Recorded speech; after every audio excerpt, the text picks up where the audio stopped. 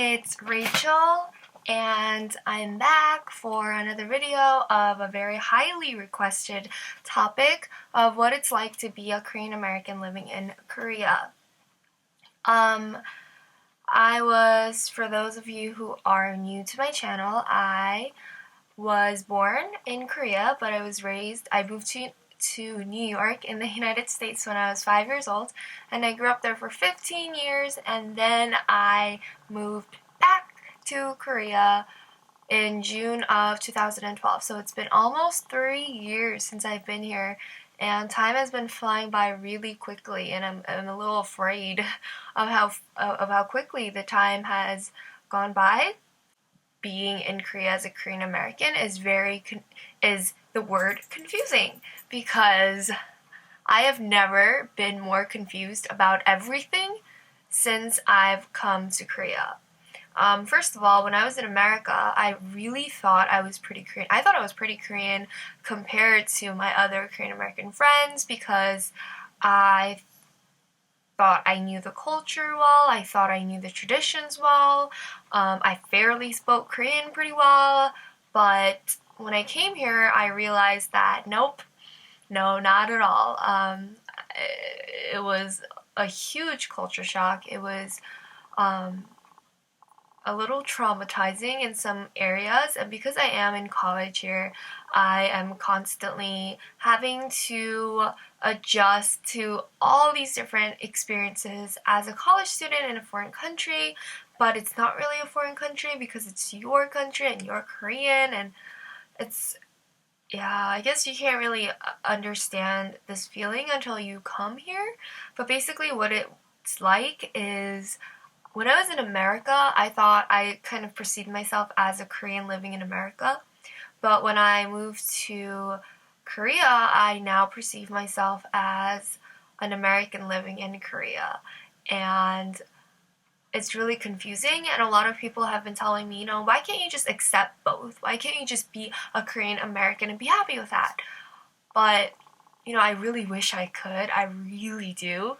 But the feeling of it, of not really having a home per se, it's sad. It's really upsetting, and it feels like for instance, if you're on a very long vacation, if you're studying abroad for a year, no matter how great and amazing that place might be, you still want to go home. You want to go to your bed, and you want to go to your room, and because that's where you feel the most comfortable. And if anyone asks, you where your house is, you have a definite answer. But for me, I don't have that. Like, if someone asks me, where's your home? I can't answer that question because I no longer know where my home is. And I visited New York for the first time since I've moved to Korea in July of last year, 2014. And I literally thought I was gonna cry when I first stepped into New York. Like, I thought I was gonna be really emotionally unstable because of how much I missed it. And don't get me wrong, I really missed it, but it didn't feel the same. It didn't really feel like home. I just thought it was because I adjusted to Korea really well, and I just missed Korea, and I missed all my friends. And so I perceived New York as more of a vacation. And then I come back to Korea, and I don't know what happened, but I just fell in this huge slump, and Korea was even more uncomfortable than it was before, because I felt like for the 2 years that I was in Korea before I visited New York, I was kind of holding on to the fact that New York will kind of just completely fill this hurting gap in my heart of wanting to go home. And when I came back from New York and I didn't have that sensation, I kind of felt hopeless, and I felt very frustrated because I feel like I don't fit in anywhere. I don't belong here, I don't belong there. And like I said, don't get me wrong, Korea is amazing. I have made literally the best group of friends here, and I have had the most amazing experiences, but there's really nothing like home. And I try to talk to my friends, but obviously they don't understand. And my American friends don't understand because they've been living their whole life in America, and if they happen to come to Korea for a vacation, it's obviously not the same situation as me. So it's a lonely battle, and I'm taking it day by day. I have a friend here who is Korean, but she lived in China for 15 years. So very similar situation, exactly the same situation as me, except she's lived in a different country than I have. But she also feels very much like I do, and she doesn't. When she goes back to China, it doesn't feel the same. And when you're in Korea, you discover stuff about yourself that you've never really discovered before, and you feel like, you're more Korean in this area, and you're more American in this area, but you're never really fully there.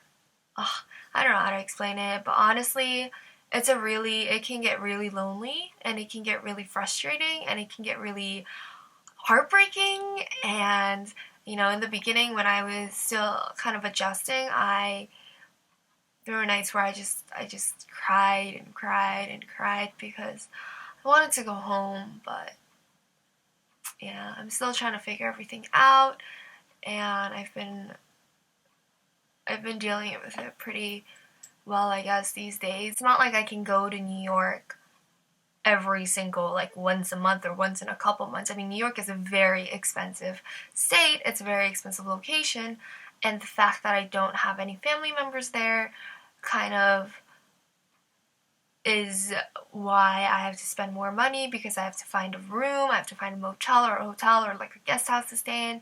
That's a lot of money, and airplane fee, and just everything is so much money, and it's halfway across the world. It takes 14 hours on the plane. So, I mean, it's a very, very far distance from where I am in Korea, and I feel really far from it.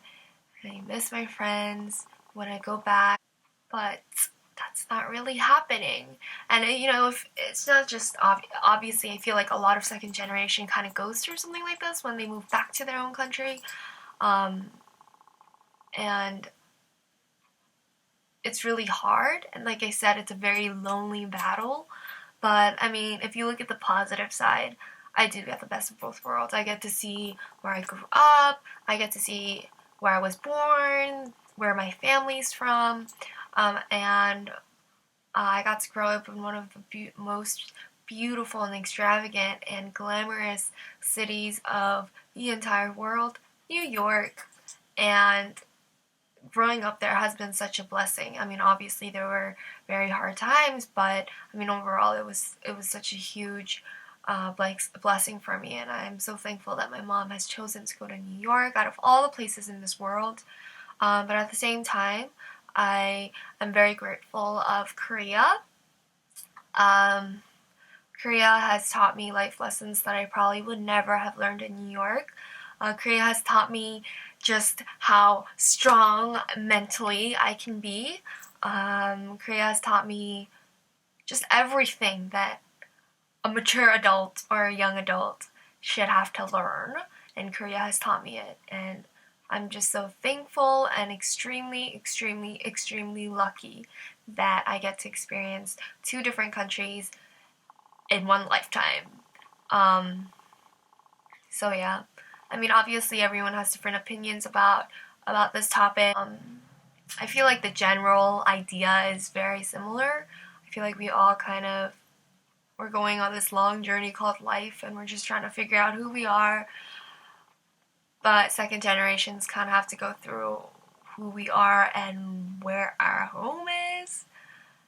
But yeah, I fell in love with both countries, and I am very proud to be a Korean American. And these days, what I've noticed is that my English is not coming out as like natural as it was in the past. Even when I'm talking to my English speaking friends, I like my English it doesn't flow the way that it used to, and it upsets me a lot. And right now I can still feel it, like it's not really flowing out the way that I want to, and I have like thoughts in my head of this topic, but it's not coming out like the way that I'm thinking it, so it's frustrating me right now.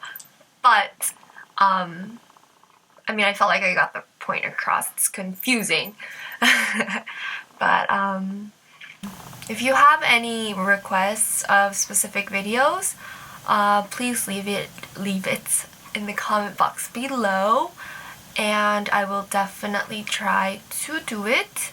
I think the next highly requested video was what it's like in Korean colleges and if I recommend Korean colleges, so stay tuned for that. And I shall talk to you guys soon. Thank you so much for watching.